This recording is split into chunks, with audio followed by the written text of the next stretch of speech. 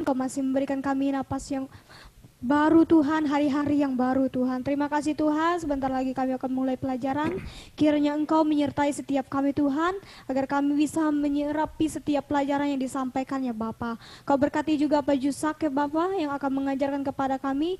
Biarkan setiap pelajaran yang disampaikan beliau Tuhan bisa tertanam di dalam jiwa kami Tuhan, agar kelak Tuhan bisa kami praktekkan di dalam masa pelayanan Bapa. Terima kasih Bapa, kami mulai pelajaran kami dalam nama Yesus. Haleluya. Amin. Amin. Nah, silakan Pak Yusak. Ya, Sehat-sehat gimana di Purwokerto? alhamdulillah. Oh, praise the Lord. Ya. Semua baik, semua sehat, semua dalam lindungan Tuhan. Selamat pagi semuanya. Teman-teman. Pagi Pak. Ya, tadi 2 orang siapa ya yang mundurkan diri? Pira sama Andri Pak. Siapa namanya? Pira Pira Irianti sama Irianti. Andreas Andri. Ya, dengan Andreas Andri. Iya Pak. Oke. Memang betul ini pelayanan hanya untuk orang yang terpanggil, benar-benar terpanggil ya. Bukan sebagai profesi, tapi sebagai panggilan. Oke, kita akan teruskan, kita sudah belajar tentang simbol atau lambang di Alkitab. Yang menurut saya ini bagian yang sulit atau kalau bukan yang tersulit untuk ditafsirkan. Sebab namanya simbol atau lambang, penafsirannya itu harus secara kiasan ya, bukan secara harfiah. Kita harus mengerti penafsiran kiasannya. Oke, saya akan langsung saja ke slide saya. Kita sudah sampai kepada lambang duri. Lambang duri. Ya, yang kita yang ada di 2 Korintus ya, 2 Korintus 12 ayat 7 di mana dikatakan di situ bahwa dan supaya aku jangan meninggikan diri karena penyataan-penyataan yang luar biasa itu, maka aku diberi suatu duri di dalam dagingku, yaitu seorang utusan iblis untuk menggocok aku, supaya aku jangan meninggikan diri. Saya garis bawahi ada 2 kali kata meninggikan diri, ya, meninggikan diri.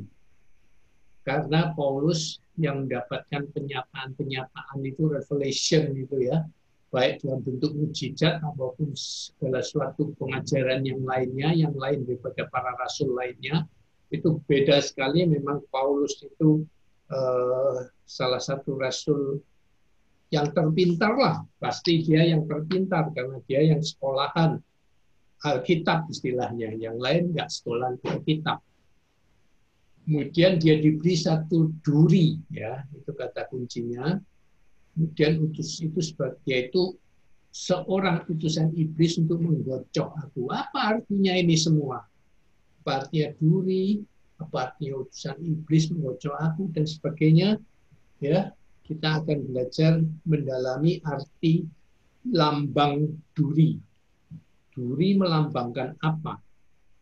Ada yang boleh share?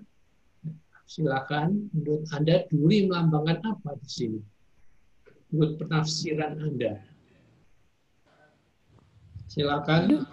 Ya, silakan ada yang menjawab. Duri adalah lambang penderitaan Yesus Kristus Pak. Amin. Salah satunya di gambar ini memang Yesus juga dapat duri, ya kan? Durinya cuma di mahkotanya ya, mahkota duri. Memang betul salah satu arti duri di sini adalah melambangkan penyiksaan. Oke, atas Yesus kita tahu dikenakan mahkota duri. Jadi artinya menjadi aniaya. Ya. Aniaya. Kita lihat Paulus mendaftarkan segala sengsara dan penganiayaan yang dia alami di 2 Korintus 11 ayat 23 sampai 27. Oke, dimana dia bukan untuk menyombongkan atau pamer, tetapi hanya untuk mengatakan memang dia mengalami itu semua sungguh-sungguh, dan itulah yang dia katakan sebagai duri di dalam daging dia. Kenapa sih Paulus itu diberikan duri dalam daging? Ya. Satu dulu kita tafsirkan tadi dari iblis yang menggocok dia itu jelas Tuhan izinkan iblis untuk menghambat pekerjaan pelayanan Paulus. Itu jelas kerjaan iblis ya, kerjaan iblis. Tapi yang kedua, kenapa itu saya katakan dari Tuhan atau diizinkan oleh Tuhan? Karena itu sekaligus menjadi proses pembentukan atau pembangunan karakter Paulus. Apakah karakter Paulus masih buruk? Mungkin satu-satunya yang terburuk yang harus mutlak diproses oleh Tuhan adalah Paulus cenderung meninggikan dirinya. Ya, tadi 2 kali di ayatnya dia sebut mengakui meninggikan diri, supaya aku tidak meninggikan diri. Ya, Paulus sadar betul dia cenderung meninggikan diri karena dia berbeda dan dia lebih superior dibanding para rasul lainnya dalam banyak hal. Ya, ada yang menuliskan banyak khotbah saya dengar Paulus yang menuliskan 2/3 dari Perjanjian Baru. Itu salah. Saya sudah selidiki itu terlalu berlebihan. Dari halamannya saja dengan mudah saya bisa bisa memprosentasekan. Tulisan Paulus di Perjanjian Baru itu 1/4, tepatnya 1/4 dari seluruh Perjanjian Baru. Per halamannya 1/4 dari Perjanjian Baru ditulis oleh Paulus. Itu yang benar. Kalau 2/3 itu berlebihan. Oke, jadi yang benar 1/4 itu pun berarti sudah memang super, ya, sudah super. Yang lainnya sepersekian. Tulisan Petrus itu cuman 3 lembar surat, tipis-tipis, habis selesai. Yakobus 1 surat, habis selesai. Ya, itu menunjukkan bahwa memang kelas mereka segitu ya. Banding Paulus yang menulis 1/4 dari halaman Perjanjian Baru. Saya agak mengerti pribadi Paulus itu karena ada miripnya dengan saya. Saya dengan kasih karunia Tuhan diberikan IQ yang tinggi sekali, mudah sekali belajar, ya, mudah sekali untuk melakukan segala tugas akademik buat saya ringan sekali. Dan itu kecenderungan seperti itu membuat sombong, ya, sombong, tinggi hati. Itu kecenderungan orang yang cerdas dan IQ tinggi. Dalam arti sombong itu dia meremehkan, cenderung meremehkan orang yang tell me, istilah itu. Orang yang tell me, yang lambat berpikir itu cenderung direndahkan oleh orang-orang yang cerdas. Dan untuk itulah dia diberikan semacam duri di sini, artinya tentu kiasan. Seakan-akan kalau duri itu nancap terus di tubuhnya Paulus kan terasa terus ya, terasa terus, istilahnya tidak bisa disembuhkan itu. Kalau saya punya low back pain saya terus tidak bisa disembuhkan. Saya ada kelemahan di tulang belakang saya, itu sama sekali tidak bisa disembuhkan. Itu terus ada, kapanpun ada. Kalau saya drop kesehatan saya, itu lebih terasa. Tapi kalau lagi sehat-sehatnya, tidak terlalu terasa, ya. Tapi selalu ada. Itu mengingatkan saya, oh ini duri saya ini. Kenapa? Supaya kita ingat selalu akan kedahsyatan Tuhan, dan kita ini manusia sehebat-hebatnya manusia, tidak ada apa-apanya sama sekali. Sama sekali tidak ada yang dapat dibanggakan, sama sekali. hebatnya manusia seberapa sih dibanding dengan Tuhan. Oke. Daftar aniaya Paulus seperti disebutkan di 2 Korintus 23-27 tadi adalah sebagai berikut ya. Apakah mereka pelayan Kristus? Aku berkata seperti orang gila, aku lebih lagi. Aku lebih banyak berjelih lelah, lebih sering di dalam penjara, didera di luar batas, kerap kali dalam bahaya maut. Ya, berapa kali dia mengalami kecelakaan, kapalnya tenggelam, terdampar, dan sebagainya. 5 kali aku disesah orang Yahudi. Setiap kali 40 kurang 1 pukulan. 3 kali aku didera. 1 kali aku dilempari batu. 3 kali mengalami karam kapal. Sehari semalam terkatung-katung di tengah laut. Itu semua daftar dari kesengsaraan Paulus. Dalam perjalananku aku sering diancam bahaya banjir dan bahaya penyamun. Bahaya dari pihak orang-orang Yahudi dan dari pihak orang bukan Yahudi. Bahaya di kota, bahaya di padang gurun, bahaya di tengah laut, dan bahaya dari pihak saudara palsu. Aku banyak berjerih lelah dan bekerja berat. Kerap kali aku tidak tidur. Aku lapar dan dahaga. Kerap kali aku berpuasa, kedinginan, dan tanpa pakaian. Itu penderitaan yang dia daftarkan dengan jujur kepada jemaat Korintus, saudara. Sekali lagi bukan untuk dia menyombongkan diri, tapi justru untuk menunjukkan bahwa mengikut Kristus menurut dia lebih banyak sengsaranya daripada senangnya. Ya. Paulus ini sudah tidak berkeluarga, tidak punya istri, tidak punya anak. Lalu dia yang paling banyak melakukan perjalanan misi yang jauh-jauh. Pada zaman itu kalau dari Yerusalem pergi sampai ke Roma, itu seperti sekarang kalau manusia mungkin ke bulan atau ke Mars, jauhnya. Sukar sekali, banyak hambatannya, risiko mati, risiko bahaya di jalan, dan tidak kembali sangat-sangat besar. Ya, jadi ini yang sekali lagi konteksnya keduri tadi itu. Nah, saudara sekalian harus siap menghadapi itu semua. Karena itu tadi penting sekali namanya saudara terpanggil sungguh-sungguh, dipanggil oleh Tuhan atau enggak. Sebab ini konsekuensinya, ini risikonya. Kalau Anda tidak terpanggil, hanya mencari pekerjaan, maka lebih baik mundur sekarang gitu, ya.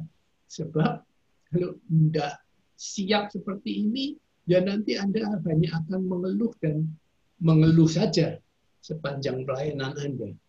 Sudah siapkah Anda mengalami seperti ini? Ya, semua harus siap. Semua harus siap, bahkan siap sampai martir. Itu sudah ketahui semua rasul, 12 rasul muridnya Yesus, 13 dengan Paulus, itu akhir hidupnya semuanya martir. Oh ya, sudah martir ya, mati sakit, mati dibunuh ketika sedang menjalankan pelayanannya. Kecuali satu, cuma Rasul Yohanes yang tidak mati martir, tetapi mati tua. Ya, luar biasa. Semua matinya martir, entah disalib, dibunuh, dirajam, apapun juga, pokoknya mati karena mempertahankan iman, mati karena sedang menginjil, mati karena sedang memberitakan kabar baik. Hanya satu Yohanes yang tidak mati martir, dia mati hari tua, mungkin karena dia dapat tugas khusus untuk menuliskan kitab Wahyu di hari tuanya di Pulau Patmos. Itu pun Yohanes di hari akhir-akhirnya dia itu dibuang, dalam status dibuang di Pulau Patmos. Itu penjara seumur hidup. Ya, penjara seumur hidup. Jadi semuanya sengsara. Karena itu sekali lagi saya sangat menentang teologi kemakmuran yang terus-menerus mendengungkan bahwa jadi orang Kristen itu enak, penuh berkat, penuh mujizat, tidak ada sengsaranya. Ini yang saya tentang sekali dari teologi kemakmuran, yang hanya membawakan angin surga agar gerejanya penuh, agar kantong persembahannya penuh, agar pendetanya hidup kaya raya, makmur, bermewah-mewah, dan berfoya-foya. Nah, itu peringatan dari saya.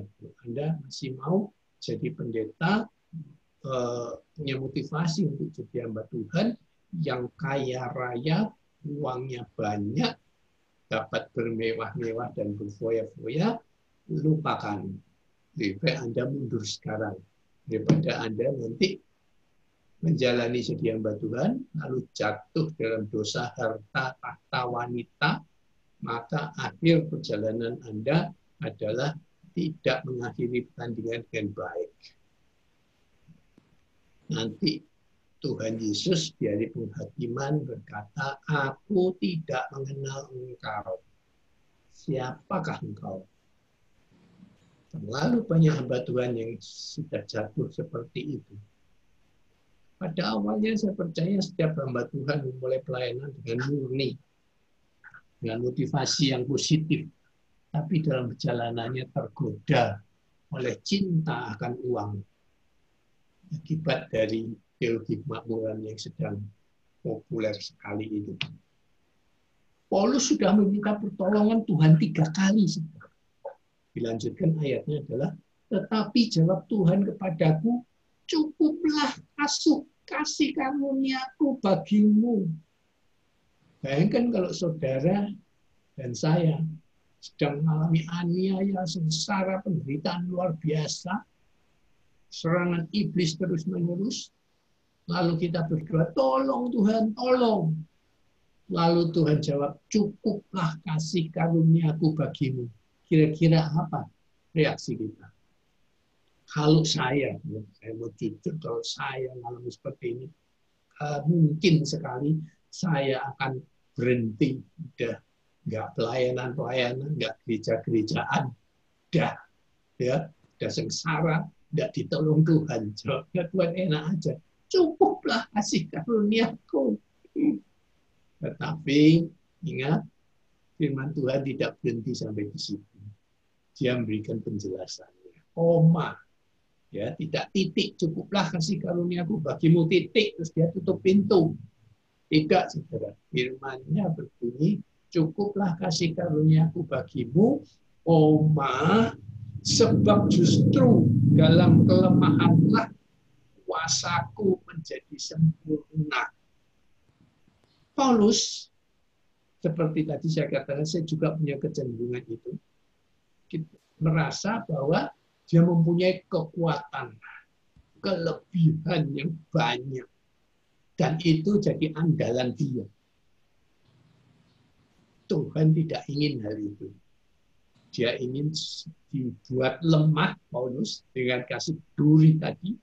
Paulus disengaja dibuat lemah, supaya apa? Supaya kuasa Tuhan yang bekerja. Bukan kekuatan, kepintaran, kelebihan Paulus sebagai manusia.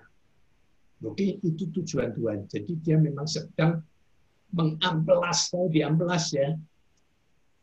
Kita dalam teknik mesin itu, amplas gunanya adalah untuk menghaluskan bagian-bagian yang masih kasar. Atau kikir, tahu kikir ya. Kikir itu juga untuk menghaluskan bagian-bagian yang masih menonjol dan masih kasar.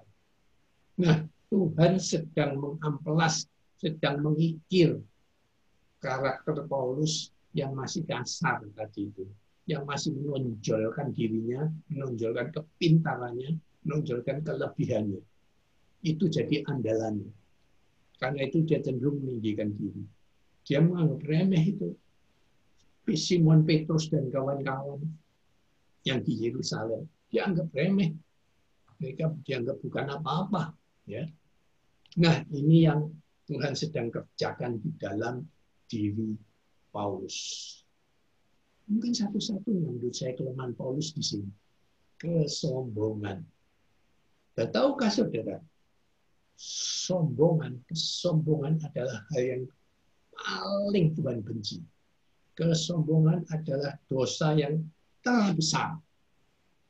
Kenapa saya katakan begitu?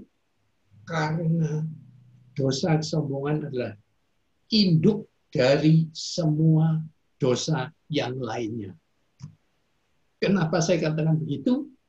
Karena kita ingat cerita Lucifer, malaikat kesayangan Tuhan, malaikat yang paling hebat, paling super, paling jempol, pemuji dan penyembah di surga, kalau istilah sekarang WL-nya surga yang nomor 1. Dia itu Lucifer itu. Dia begitu hebatnya dan menonjol dan tidak ada saingannya dari malaikat yang lain, sehingga dia menjadi sombong. Dia jatuh ke dalam dosa kesombongan. Dan dosa kesombongan Lucifer tidak tanggung-tanggung. Kesombongannya sampai mengatakan bahwa dia setara dengan Allah. Dia tidak kalah oleh Allah. Dia setara dengan Allah. Wow, ini satu dosa pemberontakan dari kesombongan yang luar biasa, yang menyedihkan hati Allah. Malaikat ciptaan Tuhan merasa setara dengan yang menciptakan. Itu kan sudah sombongnya luar biasa. Saudara. Saya lihat juga begitu banyak hamba-hamba Tuhan yang suksesnya luar biasa. Yang jemaatnya, tahu nggak, ada gereja yang jemaatnya 600.000 sampai 1 juta. Saudara. Satu sinode, di bawah 1 gembala. Ratusan ribu seperti itu. Itu dalam perilaku sehari-harinya, di dalam komunitas dia, itu sudah gayanya dia seperti Tuhan. Gayanya seperti Tuhan, benar-benar seperti Tuhan. Ada yang kritik sedikit, langsung buang. Ya, saya melihat itu. Banyak sekali kejadian seperti itu. Nah, dari dosa Lucifer lantas dibuang, kan kita tahu dibuang, dia menjadi iblis. Dari satu, sehingga kesimpulannya adalah dari satu dosa, yaitu dosa kesombongan. Dosa Lucifer sebenarnya cuma satu, pada waktu itu sombong. Lalu dia jatuh menjadi iblis, dan kemudian dia membawa sepertiga malaikat di surga yang pro sama dia, ya, dan lahirlah sejak itu dosa-dosa yang lainnya yang kita kenal sekarang. Jadi induk dari semua dosa yang kita kenal sekarang itu sebenarnya adalah dosa kesombongan Lucifer. Itu awal mulanya dari segala dosa, bentuk dosa lainnya. Dosa lainnya cuma berupa anak cucu cicit dari dosa kesombongan ini. Jadi saya katakan, sombongan adalah induk dari semua dosa. Tidak heran Allah akan sangat serius menangani dan menghadapi dosa ini. Dia kok deal dengan dosa ini, wow, dia secara pribadi, dikatakan banyak ayat, aku akan secara pribadi menghadapi orang-orang yang tinggi hati. Ya, kalau dia mau dipakai Tuhan, dia akan diproses bisa-bisanya. Kalau dia tidak dipakai Tuhan, dia akan dihancurkan sama sekali oleh tangan Tuhan sendiri. Saya mengalaminya. Jadi saya katakan, saya punya kecenderungan sombong. Sebelum saya bertobat dulu. Saya secara pribadi mengalaminya. Begitu saya bertobat, belum berapa bulan, belum 1 tahun, saudara, saya mengalami. Saya sedang bekerja saat itu di satu perusahaan asing, perusahaan Amerika. Kemudian saya ini orangnya konservatif, ya. Saya orang pria konservatif. Konservatif itu begini, mementingkan senioritas. Ya, saya mementingkan senioritas. Artinya saya menghormati orang yang lebih tua dari saya. Dan saya juga ingin mendapatkan respect dan hormat dari orang yang lebih muda dari saya. Itu konservatif, saudara ya. Umur menentukan. Kedua, saya konservatif juga dalam hal kepandaian, kepintaran, kecerdasan, IQ. Saya respect dan menghormati orang yang cerdas, IQ-nya tinggi. Sebaliknya saya meremehkan orang-orang yang IQ-nya rendah, yang lambat berpikirnya, yang tell me. Ya. Ketiga, saya termasuk dia konservatif karena saya tidak respect kepada wanita karir. Wanita itu ya harus di rumah, di dapur. Wanita karir saya tidak respect. Padahal tahun 80-an waktu itu sedang meroketnya, sedang populernya wanita karir. Ya. Nah, dengan tiga sifat ini, saudara, kesombongan saya ini, saya mendapatkan seorang atasan yang baru masuk direkrut oleh perusahaan itu sebagai direktur. Saya waktu itu sebagai senior manager. Usia saya waktu itu 40 tahun. Saya sedang di puncak karir saya. Akan segera menjadi direktur. Tapi tiba-tiba saya diberi atasan seorang direktur yang seorang wanita. Direktur yang seorang wanita. Usianya 8 tahun lebih muda dari saya, di atasan saya. Ketiga, sekolahnya cuman, tahu saudara, SMK farmasi kalau sekarang. Dulu sekolah asisten apoteker. SMK farmasi. Levelnya kan cuma SMA, saudara. Ini atasan yang saya harus tunduk pada otoritas dia. Saudara. Perempuan lebih muda dan pendidikannya rendah. Saudara. Jadi direktur. Dan galaknya minta ampun, saudara. Galaknya kayak macan baru punya anak itu. Galaknya luar biasa. Saya langsung disikat habis. Saya dipinggirkan, tidak dikasih kerjaan, jobless, dikasih kantor di belakang sekali, tidak dikeluarkan. Mending kalau dikeluarkan, saya dipecat. Mungkin tidak ada alasan buat dia. Itu sangat-sangat menyiksa saya. Luar biasa, itu menghancurkan ego saya luar biasa. Hari-hari itu menjadi hari-hari yang paling gelap dalam sejarah hidup saya. Karena saya tidak tahu bahwa ini rencana Tuhan. Saya baru bertobat, saya pikir, oh ini hasil doa ibu saya yang 20 tahun bertobat.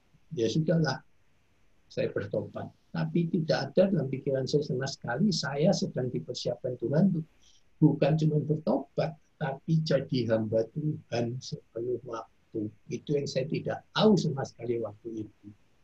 Saya pikir sudah cukuplah bertobat, menyenangkan ibu saya, yang sudah berdoa 20 tahun. Ternyata, lalu saya istilahnya diinjak-injak sama sekali. Ego saya dihabisin sama sekali. Marah sekali saya. Saya waktu itu sedang senang-senangnya pelayanan di wadah Full Gospel Businessman Fellowship International. Melayani senang sekali, saya baru terjun pelayanan, baru bertobat, lagi cinta Tuhan, senang pelayanan, bekerja sambil melayani. Perusahaan asing itu, perusahaan Amerika, kerja dari Senin sampai Jumat, dari Sabtu dan Minggu libur, dan saya pelayanan dari Sabtu. Gak pas sekali, cocok sekali, saya happy sekali, senang sekali. Lalu tiba-tiba ini direktur baru masuk, lalu dia bilang, mulai hari ini semua departemen marketing hari Sabtu harus kerja, harus masuk kerja. Walaupun perusahaan menyatakan Sabtu libur untuk karyawan, Tapi dia bilang khusus departemen marketing semua hari Sabtu harus masuk kerja karena urusan bla bla bla dan sebagainya. Yang valid sekali. Saya maju sebagai pahlawan iman. Tuhan pasti membela saya. Saya ngadep atasan saya, perempuan tadi mengatakan, saya berkata, saya tidak bisa kerja hari Sabtu karena hari Sabtu adalah hari pelayanan saya. Agak-agak perkasa sekali saya. Ya saudara tahu apa yang terjadi sudah itu. Saya lebih dihabisin lagi. Udah dihina, di apa. Kalau istilah dulu saudara masih ada sedikit bahasa Belanda, dia bilang saya disebut overhear. Overhear. 40 tahun saya lagi matang-matangnya, masih muda, saya pikir dia bilang overhear. Overhear itu artinya lansia, manula kamu. Kamu sudah waktunya masuk museum. Udah kuno kamu. Pengalaman kamu tidak berguna sama sekali. Wah, tuh. Semua kebanggaan saya dibanting. Berarti kan judo itu saudara. Saya hancur berkeping-keping saat itu. Malam hari saat itu saya sampai di rumah saya doa khas karismatik ajaran full gospel waktu itu. Dalam nama Tuhan Yesus Kristus, aku undang api belerang dari surga menghajar dan membunuh wanita itu dan sekeluarga dan serumah. Mati semua Tuhan. Hukum dia Tuhan. Karena dia sedang melawan hamba Tuhan. Itu doa terkonyol yang saya pernah naikkan saudara. Dengan iman yang konyol sekali. Ajarannya sekarang waktu itu saudara. Wah, ajaran karismatik saat itu benar-benar saya anggap sesat benar sekali. Hanya penuh emosi, saudara. Ya. Saya kirim api Sodom dan Gomora, saudara. Apa yang terjadi? Ya, tidak terjadi apa-apa. Saya makin hancur. Anehnya pada saat itu, saudara, saya juga tidak mau memutuskan untuk keluar. Dia juga tidak berniat mengeluarkan saya. Jadi terjadilah perang dingin yang luar biasa. Saudara. Saya bertekad, ayo kuat-kuatan, siapa yang keluar dulu dari perusahaan ini, saya atau bos saya. Waduh, jadi konflik terus. Saudara. Tapi Tuhan terus lembutkan hati saya, terus lembutkan hati saya. Proses terus saya. Saya apa-apa saya diproses kesombongan saya. Saya butuh 2 tahun sudah. 2 tahun penuh untuk saya mulai dapat mengucapkan kalau papasan di kantor itu, selamat pagi Bu. Selamat pagi Bu. Selama 2 tahun ini saya tidak pernah keluar dari mulut saya. Kalau ketemu saya hindar, saya melengos, saya cari, pokoknya menghindar. Tapi 2 tahun saya baru berhasil berbicara ketika bertemu dia. Selamat pagi Bu. Dan Tuhan dalam hati saya berkata, baru di mulut. Waduh. Malam hari itu saya nangis lagi sama Tuhan. Saya sudah berusaha mati-matian, saya merendahkan diri mengatakan selamat pagi Bu. Tuhan bilang, cuma di mulut.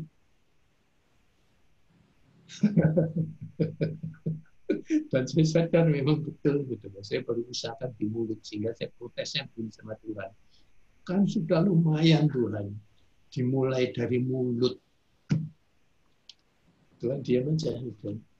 Dan baru 4 tahun saya full recovery, saya bisa mengampuni dan saya bisa mengasihi dia. Saya bisa mendoakan 2 berkat untuk bos saya. 4 tahun saya diproses. Itu tahun-tahun yang paling tidak enak. Gaji saya turun, segalanya turun. Tidak enak sekali. Saya baru tahu setelah mungkin 10 tahun, 15 tahun kemudian, setelah saya jadi hamba Tuhan, itu proses. Proses saya dihajar habis, dikikir, diamplas kesombongan saya. Persis seperti Paulus. Oke, saudara. ingat baik-baik, jangan pernah sombong. Aduh, Tuhan sangat-sangat tidak suka, dan setelah dihajarnya betul-betul tidak ada ampun istilahnya. Simbol lain kita belajar di Alkitab, ada simbol garam dunia dan terang dunia. Oke, garam dunia artinya kita mempengaruhi marketplace. Ya, kita mempengaruhi dunia, bukan dipengaruhi dunia. Kita menggarami dunia, bukan digarami dunia. Kita mengasinkan dunia, bukan kita diasinkan oleh dunia. Karena itu salah satu prinsip ikut Tuhan satu, jangan ikut arus dunia. Saya pada awal-awal reformasi, apa yang saya banyak doakan adalah supaya banyak anak-anak Tuhan, termasuk hamba Tuhan, bisa masuk ke dalam jajaran posisi-posisi penting di pemerintahan. Karena pada sebelum reformasi, boleh dibilang sudah semua gereja, semua hamba Tuhan sifatnya apolitis. Apolitis artinya adalah kita tidak ikut-ikut main politik. Udah politik busuk, politik kotor, politik rusak. Kalau kita masuk politik, berarti kita dukung Soeharto, diktator yang kejam dulu. Jadi semua hamba Tuhan dan Kristen sebelum reformasi 98 itu apolitis, tidak main politis sama sekali, menghindarkan diri.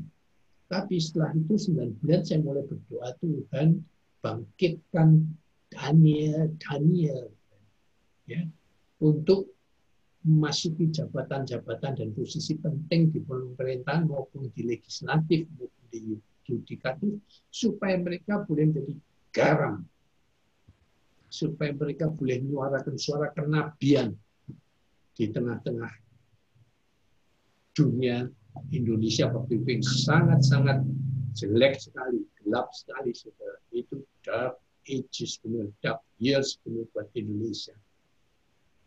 Jadi saya berdoa seperti itu. Tapi kenyataan yang sampai hari ini sebenarnya memang banyak orang Kristen yang sudah masuk ke jabatan politis, jabatan legislatif dan sebagainya. Tapi boleh bilang hampir semuanya tergarami. Bukan menggarami, tapi tergarami. Yang menggarami biasanya mental. Salah satu yang mental tokoh Kristen di DPR adalah Profesor J.E. Sahetapi, ya, itu mental. Gitu.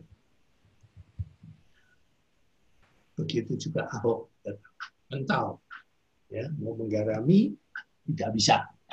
Nah, rupanya zamannya belum memungkinkan untuk itu atau apa saya nggak tahu. Tapi kita tetap harus, saudara harus tetap berani menyuarakan suara kebenaran di tengah-tengah kegelapan dunia ini.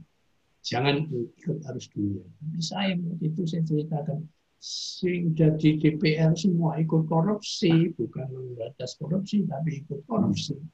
Tapi ini ada satu harapan baru lagi di DPRD Jakarta khususnya, anak-anak muda dari PSI terus menyuarakan suara anti korupsi yang kencang sekali. Tapi ya dikeroyok dan dikamplengin. Banyak orang, semua ngeroyok mereka. Tinggal mereka kuat atau tidak.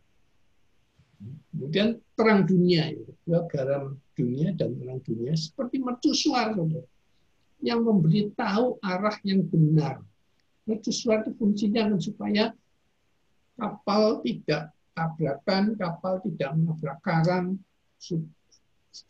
tidak jadi kecelakaan di laut, melainkan selamat dalam jalanan di laut. Itu kan fungsinya dari mercusuar, ya, lighthouse. Itu juga kita harus bisa menjadi terang dunia di tengah samudra kegelapan dunia ini, sehingga orang tidak tabrakan, tidak terantuk kakinya, tidak jatuh dalam lubang. Itu tugas saudara dan saya.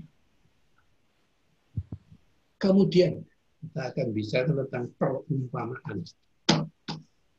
Saya sebelum bertobat itu saya tidak percaya Yesus itu Tuhan dan nyata dan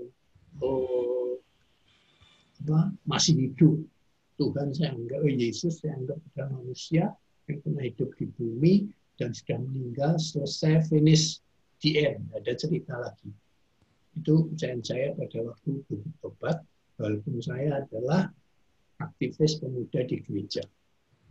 Tapi dengan ketidakpercayaan saya itu, saya punya satu kekaguman khusus pada Yesus. Yaitu Yesus punya ciri khas di dalam mengajar. Tidak ada satu pun di Alkitab yang mengajar seperti Yesus, yaitu menggunakan perumpamaan. Ini ciri khas Yesus. Dan kenapa Yesus pakai perumpamaan? Saya mengerti betul fungsi perumpamaan dan kedahsyatan kelebihan perumpamaan itu. Ya. Perumpamaan itu saya anggap sebagai suatu cara yang jenius sekali, yang inovatif sekali dari Yesus dalam menjelaskan suatu doktrin atau teologi yang rumit dan sulit dengan cara yang sederhana sehingga mudah dimengerti. Itu perumpamaan, saudara. Coba baca semua tulisan suratnya Paulus. Tidak pakai perumpamaan, saudara. Langsung dia ngajar. Susahnya saudara tahu. Luar biasa rumitnya itu doktrin-doktrin dan teologi Paulus. Bikin mengkerut dan bikin berasap itu kepala saudara kalau betul-betul pelajari dan mendalaminya. Sangat sulit surat-suratnya Paulus sampai hari ini. Karena dia tidak pakai perumpamaan. Seperti Yesus.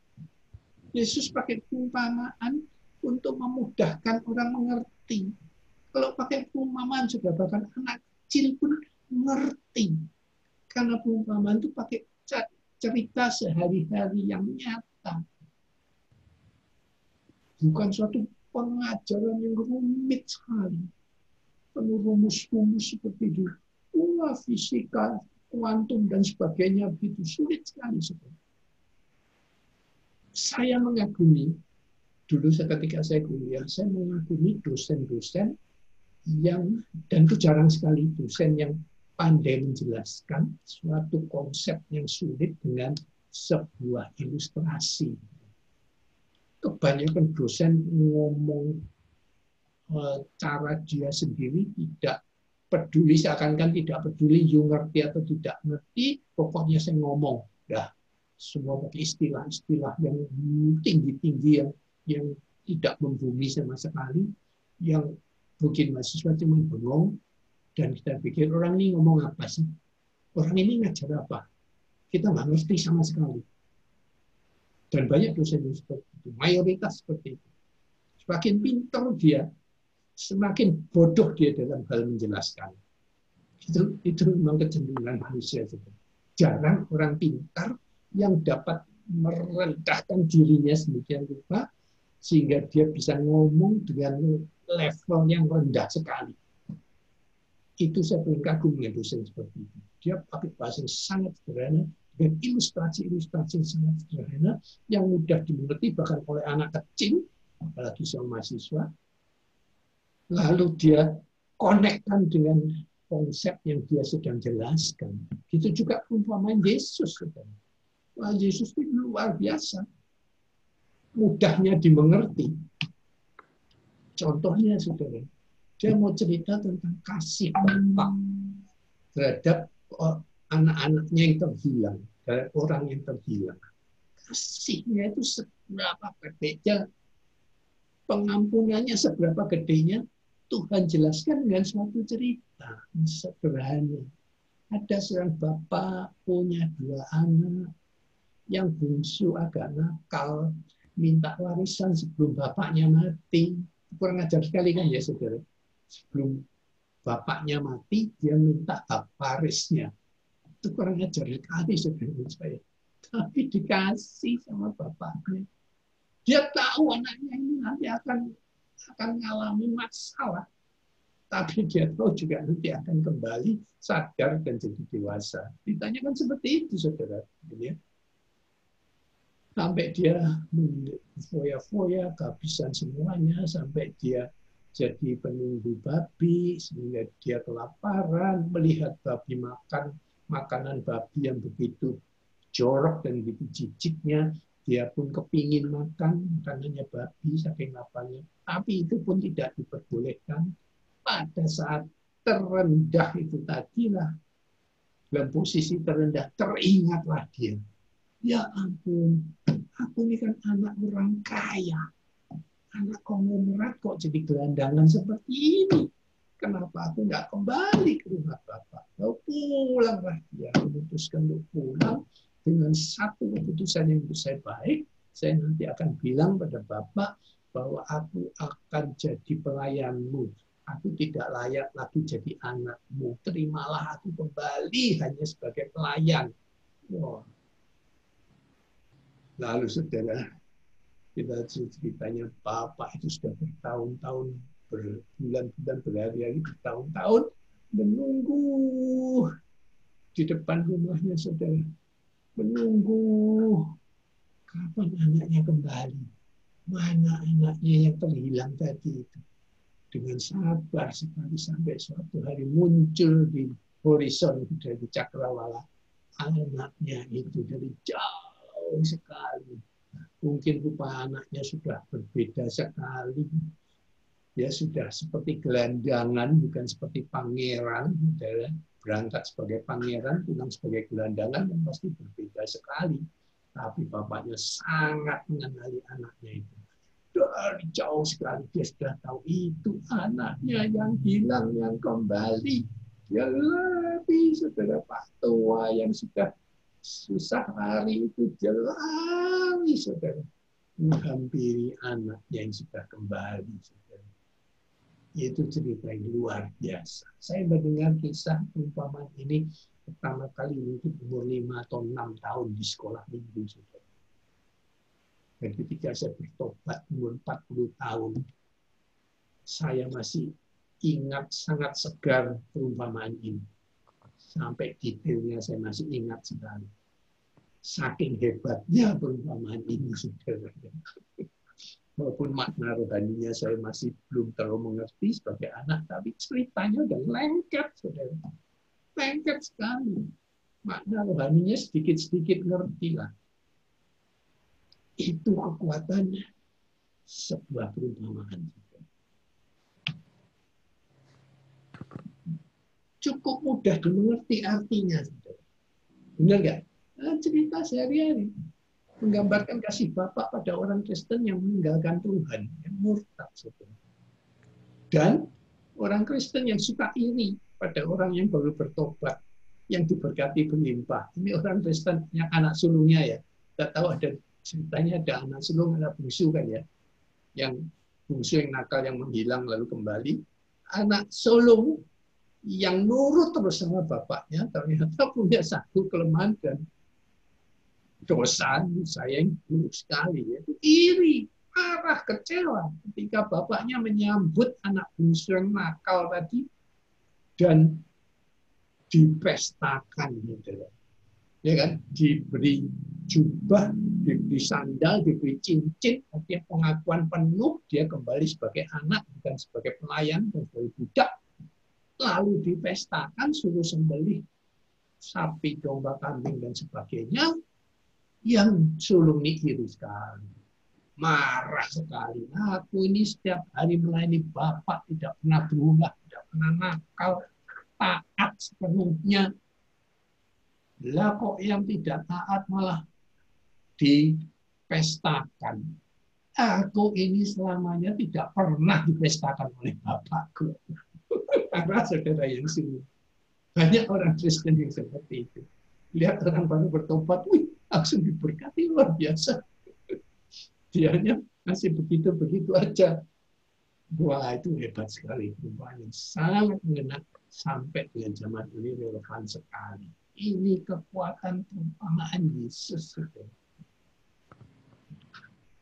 Waduh, perumpamaan talenta. Ini memang agak sulit bicara. Sepertinya dalam perumpamaan talenta itu Tuhan tidak adil. Karena yang satu dikasih 5, yang satu kasih 2, yang satu kasih cuma 1, saudara. Ya kan? Kalau saya juga marah itu sudah dikasih yang 1 itu. Sangat manusiawi, saya mengerti sekali. Menerima 1 talenta, akhirnya ngambek dan ditanam saja. Bagaimana belasannya kita tahu semua. Kalau kita semua diberi talenta, Maksud Tuhan, seberapapun talentamu, ada yang multi talent, saudara. Ada orang yang multi talent, tahu ya, talentanya banyak. Ada yang talentanya sedikit, ada yang talentanya cuma satu. Tapi yang pasti, semua orang pasti ada talentanya. Tidak mungkin tidak ada. Tidak ada seorang pun yang tidak punya bakat apapun juga. Tidak ada itu. Semua punya. Ada yang sedikit, ada yang banyak, ada yang sedang, ada yang satu memang. Tapi apapun prinsipnya, perumpamaan ini ingin bercerita bahwa seberapapun talentamu harus dikembangkan. Dah, itu aja. Tujuannya itu. Jangan dilihat negatifnya. Ya, setiap orang dapat talenta dari Tuhan. Ada yang banyak, ada yang sedikit. Berapapun yang kita terima, kita wajib mengembangkannya lebih lanjut. Talenta yang kita terima merupakan modal awal kita untuk berkembang. Tanggung jawab kita, bagian kita adalah mengembangkan potensi tersebut menjadi kompetensi. Kompetensi. Jadi potensi itu masih belum muncul, potensi itu masih belum muncul. Harus dimunculkan sampai menjadi kompetensi. Kompetensi itu kemampuan, keahlian, keterampilan kita. Oke? Itu tanggung jawab kita. Tuhan memberikan semacam bahan mentah untuk kita olah, kita masak menjadi makanan yang siap saji. Oke? Itu perumpamaan talenta, di situ maksud utamanya. Ya. Contoh lain yang saya sedang, saudara, itu Yesus itu kan lebih senang berkhotbah di luar bait Allah, ya, saudara. Dia sering jalan-jalan, saudara. Dia tidak terikat tembok gereja. Oke, sekarang ini rasanya Tuhan sedang meriset gereja semuanya untuk ingat bahwa pelayanan yang sesungguhnya itu ada di luar tembok gereja, bukan ada di dalam tembok gereja. Karena sudah berabad-abad ini barangkali gereja nyaman di dalam batas tempat tembok gereja, nggak keluar-keluar, saudara. 97% untuk survei uang gereja, uang persembahan dipakai untuk kegiatan intern, untuk ganti karpet gereja, untuk ganti sound system gereja, untuk membuat lebih bagus, membuat ganti AC, beli macam-macam peralatan yang untuk memperindah gereja. Hanya 3% dikatakan rata-rata gereja menyisihkan dananya untuk misi, untuk pekerjaan keluar, untuk menjangkau, memenangkan orang di luar gereja cuma 3%. Itu prioritas gereja selama ini. Nah, sekarang Tuhan sedang dengan pandemi ini sedang mau riset ulang itu, merancang ulang ya gereja supaya ingat tugas kita di marketplace, di luar tembok gereja. Nanti saudara juga begitu. Jangan nyaman di dalam gereja. Saya dulu orang marketing, 20 tahun saya bekerja di marketing. Saya ingat ketika saya masih di level sales, saudara, yang orang lapangan. Setiap kali kita masuk kantor jam 7, lalu membuat segala laporan administratif, paling maksimal sampai jam 8.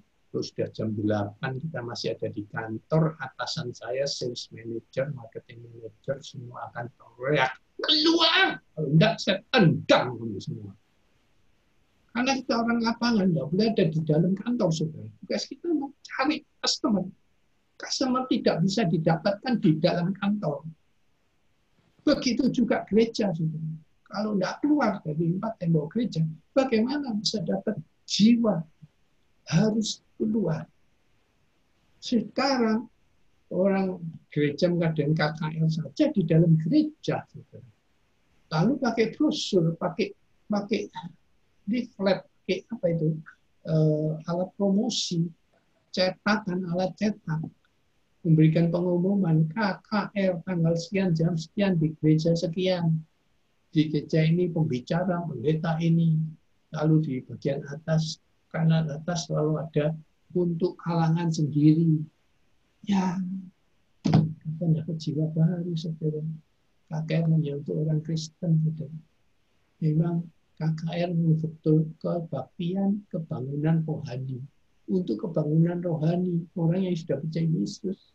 Bukan untuk memenangkan orang yang belum percaya Yesus, saudara. Jadi KKR disebut penginjilan itu juga rancu, saudara. Bukan penginjilan sesungguhnya, saudara. Nah, kita akan lanjutkan. Ilustrasi. Ya. Kalau zaman sekarang, apalagi generasi milenial, pakai kumpaan-kumpaan Jawa Yesus, mungkin sudah tidak begitu menarik, saudara. Oh no, zaman old, sekarang zaman now, maka harus pakai ilustrasi.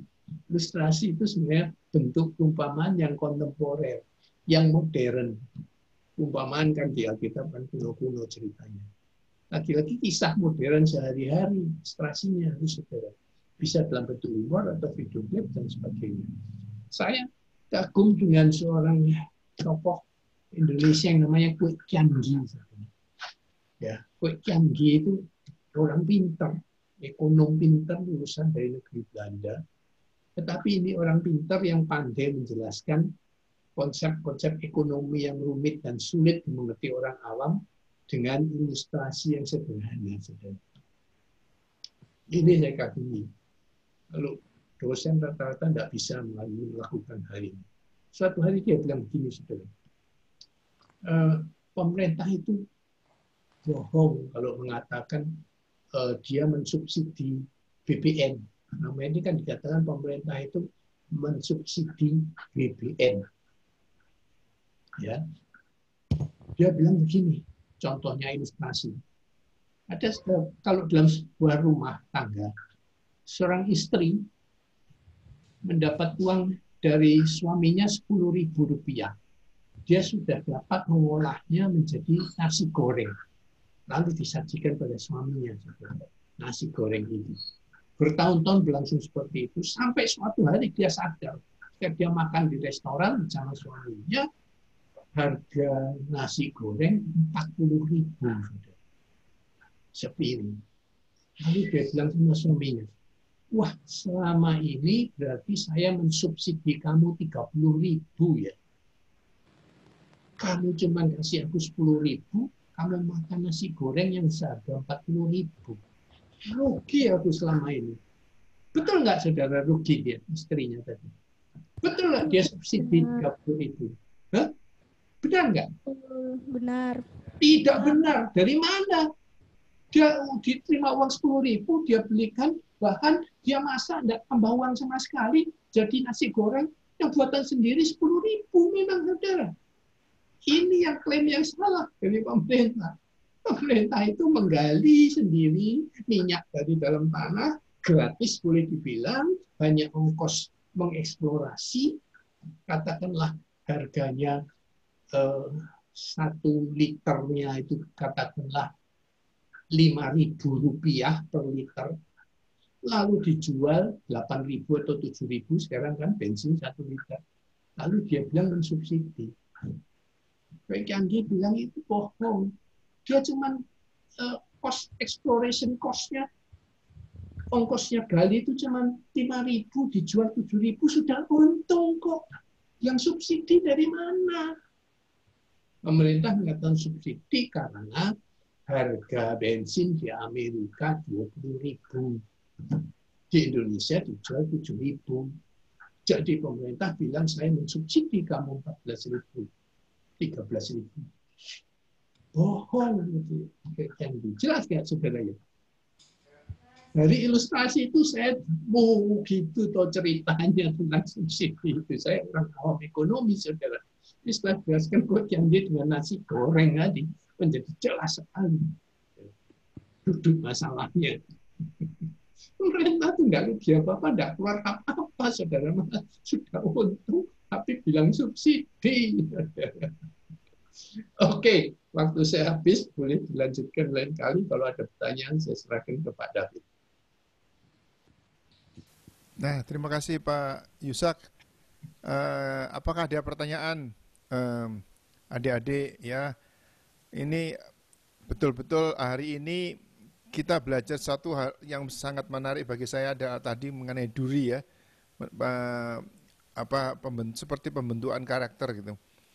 Itu benar-benar sesuatu yang luar biasa kalau saya lihat. Itu pembentukan karakter itu yang Tuhan laksanakan dalam hidup kita itu sepertinya Tuhan lebih mementingkan karakter kita daripada kesejahteraan kita loh, benar ya? Iya betul Pak ya. Yes, yes. Jadi dia tidak peduli, Tuhan tidak peduli kita tuh wah sakit hatinya, menderita sekali berapa tahun, itu 4 tahun atau berapa tadi itu, tapi setelah itu keluar sebagai emas yang teruji. Iya itu jadi kalau di antara adik-adik itu nanti ada yang diproses,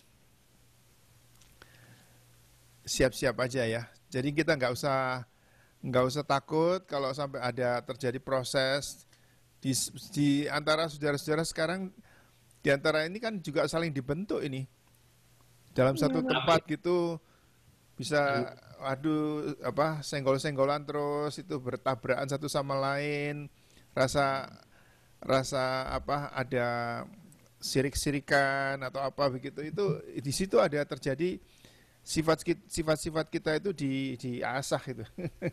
Betul nggak Pak Yusak? Ya, saya itu setelah dibentuk itu ya, setelah itu mengalami hal direndahkan, diapain, itu enteng sekali. Saya itu salah masuk gereja FGFBC terus terang. Teman-teman saya bilang, salah kamu, itu gereja anak muda. Bos saya semua lebih muda 10-20 tahun di atas saya. Tapi karena saya sudah siap, sebenarnya tidak ada masalah. Kan saat tahun 2011, saya waktu itu ketua satu sinode. Lalu saya tiba-tiba ditugaskan, kamu jadi gembala di Purwokerto ya, kota kecil, saudara. Saya, yes sir. Why not, saudara? Kalau saya belum dibentuk, wah itu marah saya. Iya, jadi adik-adik ini kalau nanti dibentuk ya siap-siap saja ya, nggak usah. Itu pasti akan nangis-nangis itu sudah pasti ya. Sebetulnya kita nggak akan bisa berkarya kalau kita itu tidak kita dibentuk lebih dulu, kita di form ya. Tadi malam kita juga dari Kak Esther juga bicara mengenai pembentukan karakter itu. Wah itu, jadi rupanya banyak daripada dosen-dosen itu kita Tuhan itu mereka disuruh oleh Tuhan sendiri untuk membicarakan ini, untuk mengajarkan Anda semua ini. Kalau karakternya masih otak-otakan, karakternya masih suka marah-marah sama teman, sirik-sirikan, saling iri kalau orang lain sukses, itu ya itu kan harus dibentuk lebih dulu. Kalau nggak gitu nggak bisa dipercayakan untuk mengembalakan domba-domba begitu ya. Terima kasih. Yuk kita berdoa ya. Kita berdoa. Saya berdoa aja kalau gitu. Ya Tuhan, kami berterima kasih atas hari yang indah yang Kau jadikan ini. Tuhan, Engkau mengasihi adik-adikku ini semua seperti biji mata-Mu ya Tuhan. Dan Engkau tidak melihat akan latar belakang kami yang penuh dengan kejelekan, kekurangan, dosa, dan segala macam itu Tuhan. Tetapi Engkau membawa kami masuk di sini ya Tuhan, untuk diproses menjadi hamba-Mu. Segala ego kami diproses, dipatahkan, dan kami mungkin harus menanggung, harus dipatahkan seluruhnya Tuhan, untuk merendahkan diri dan semuanya itu Tuhan.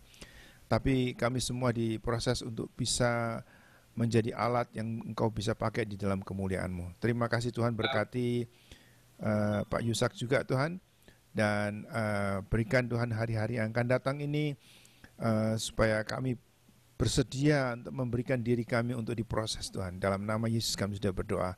Semua umat mengatakan Amin. Terima kasih, Tuhan memberkati. God bless you. Terima kasih Pak Yusak. Bye.